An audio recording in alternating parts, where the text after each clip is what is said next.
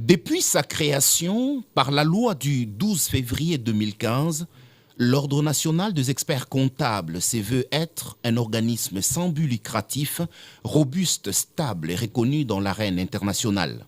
L'ONEC ambitionne d'adhérer à l'IFAC, la Fédération internationale de comptables qui a son siège à New York aux États-Unis depuis 1977. Pour atteindre cet objectif, lors de l'Assemblée générale extraordinaire tenue à Béatrice Hôtel, les experts comptables ont traité de matières purement organisationnelles. Ils ont examiné et adopté 24 articles du règlement de la formation continue. Ils se sont évertués à amender le règlement intérieur sur la cotisation des sociétés d'experts comptables. Enfin, 2 commissaires aux comptes ont été désignés pour auditer le compte de l'Ordre national des experts comptables, exercice 2022-2023. Notre ordre a des enjeux et des objectifs à court terme.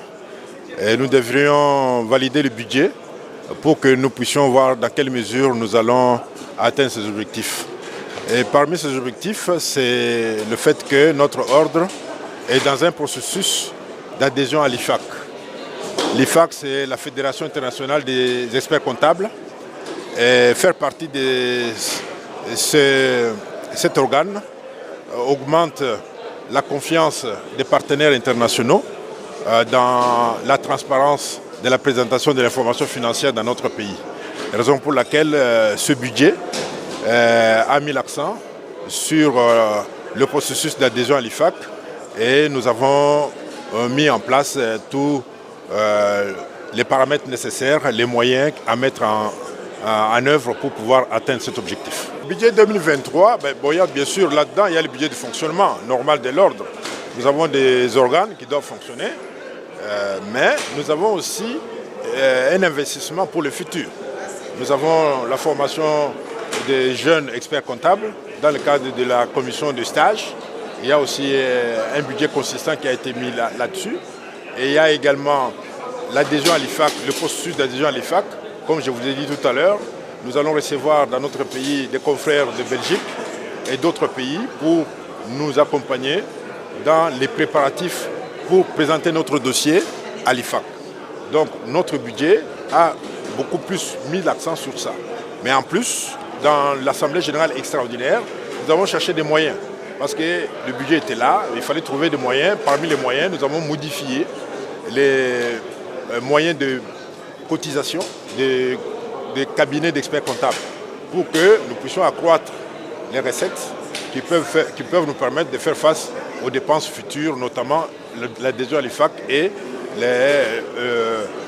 l'encadrement des jeunes pour devenir experts comptables.